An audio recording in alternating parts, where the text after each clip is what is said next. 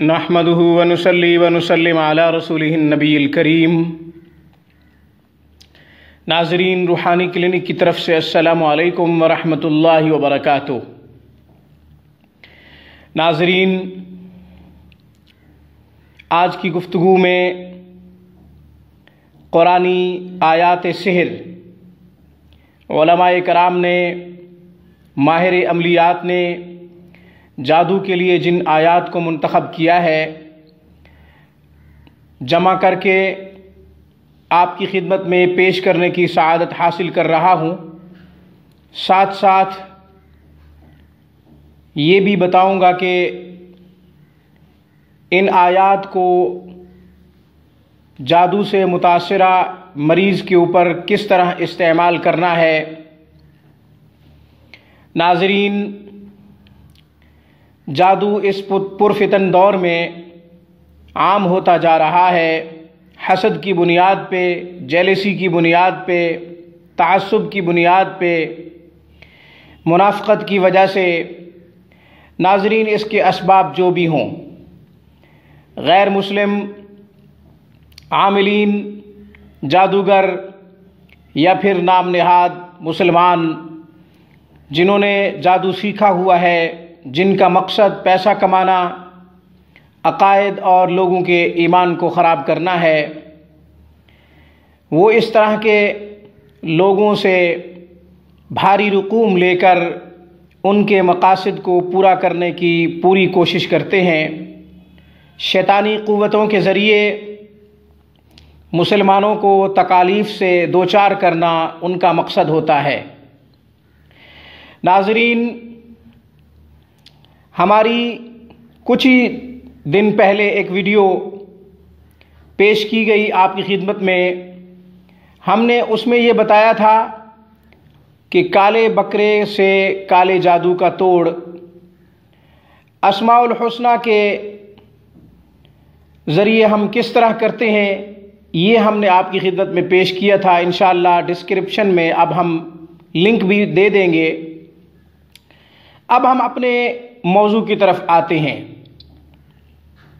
ناظرین، سب سے پہلے آیات سحر آپ کی خدمت میں پیش کرتا ہوں۔ اس کے بعد اس کے 3 طریقے آپ کی خدمت میں پیش کروں گا۔ سورۃ الاعراف، پارہ نمبر 9، آیات 118 تا 122، 118، 119، 120، 121، 122۔ وہ آیات یہ ہیں: اعوذ باللہ من الشیطان الرجیم، بسم اللہ الرحمن الرحیم، فوقع الحق وبطل ما كانوا يعملون، فغلبوا هنالك وانقلبوا صاغرين، وألقي السحرة ساجدين، قالوا آمنا برب العالمين، رب موسى وهارون۔ اس کے بعد سورۃ یونس، پارہ نمبر 11، آیت نمبر 81-82۔ یہ 2 آیات آپ کی خدمت میں پیش کر رہا ہوں۔ اعوذ باللہ من الشیطان الرجیم، فلما القوا قال موسى ما جئتم به السحر ان اللہ سيبطله ان اللہ لا يصلح عمل المفسدین وَيُحِقُّ اللَّهُ الْحَقَّ بِكَلِمَاتِهِ وَلَوْ كَرِهَ الْمُجْرِمُونَ۔ اس کے بعد سورۃ طٰہٰ، پارہ نمبر 16، آیات 69-70۔ ان آیات کی تلاوت کر رہا ہوں۔ اعوذ باللہ من الشیطان الرجیم، بسم اللہ الرحمن الرحیم، وَأَلْقِ مَا فِي يَمِينِكَ تَلْقَفْ مَا صَنَعُوا إِنَّمَا صَنَعُوا كَيْدُ سَاحِرٍ وَلَا يُفْلِحُ السَّاحِرُ حَيْثُ أَتَى فَأُلْقِيَ السَّحَرَةُ سُجَّدًا قَالُوا آمَنَّا بِرَبِّ هَارُونَ وَمُوسَى۔ جہاں تک میں نے تلاوت کی ہے آیت نمبر 70 کی، آپ بھی اتنا ہی تلاوت کریں گے۔ ناظرین، اب ان کے 3 طریقے عرض کرتا ہوں۔ انشاءاللہ ویڈیو میں ہم پارہ نمبر، سورتوں کی آیات نمبر بھی ذکر کر دیں گے۔ ناظرین، ان آیات کو ہر نماز کے بعد مریض خود 11 مرتبہ پڑھے۔ ان آیات کو دیکھ کر بھی پڑھا جا سکتا ہے، اگر حافظ قرآن ہے تو زبانی پڑھ سکتا ہے۔ ناظرین، مریض پڑھا لکھا نہیں ہے، مریض قرآن پڑھنا نہیں جانتا، تو پھر یہ آیات مبارکہ کسی سے پڑھا کر پانی پہ دم کروا کے پانی پی سکتا ہے۔ ہر نماز کے بعد تو کوئی دم کر کے نہیں دے گا، دن میں 1 مرتبہ دم کروا لے کافی ہے۔ 11 مرتبہ ان آیات کو پڑھیں، پھر پانی پہ دم کریں، اور اسی طریقے سے مریض سامنے ہو تو مریض کے اوپر بھی پھونک ماریں۔ ناظرین، مریض خود پڑھ لے تو بہت اچھی بات، ورنہ کسی سے دم کروا لے۔ ایک طریقہ تو یہ ہے۔ دوسرا طریقہ، ان آیات کو بسم اللہ کے ساتھ لکھا جائے، ایک تعویذ بنایا جائے۔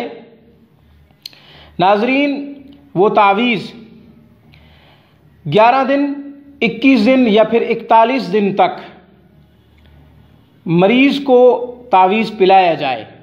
ناظرین، تعویذ مریض خود بھی بنا سکتا ہے، یا کسی عالم دین، کسی عامل سے، نیک آدمی سے لکھوا بھی سکتے ہیں۔ ناظرین، اس کا تیسرا طریقہ، ان آیات کو چینی کی پلیٹ کے اوپر لکھیں بسم اللہ کے ساتھ، زعفران اور عرق گلاب کی سیاہی سے لکھیں۔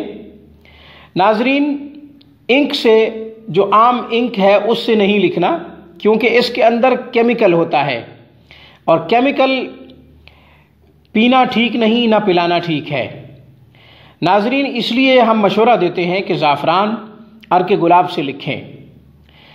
پلیٹ روزانہ کی بنیاد پہ لکھی جائے تو بہت اچھی بات ہے۔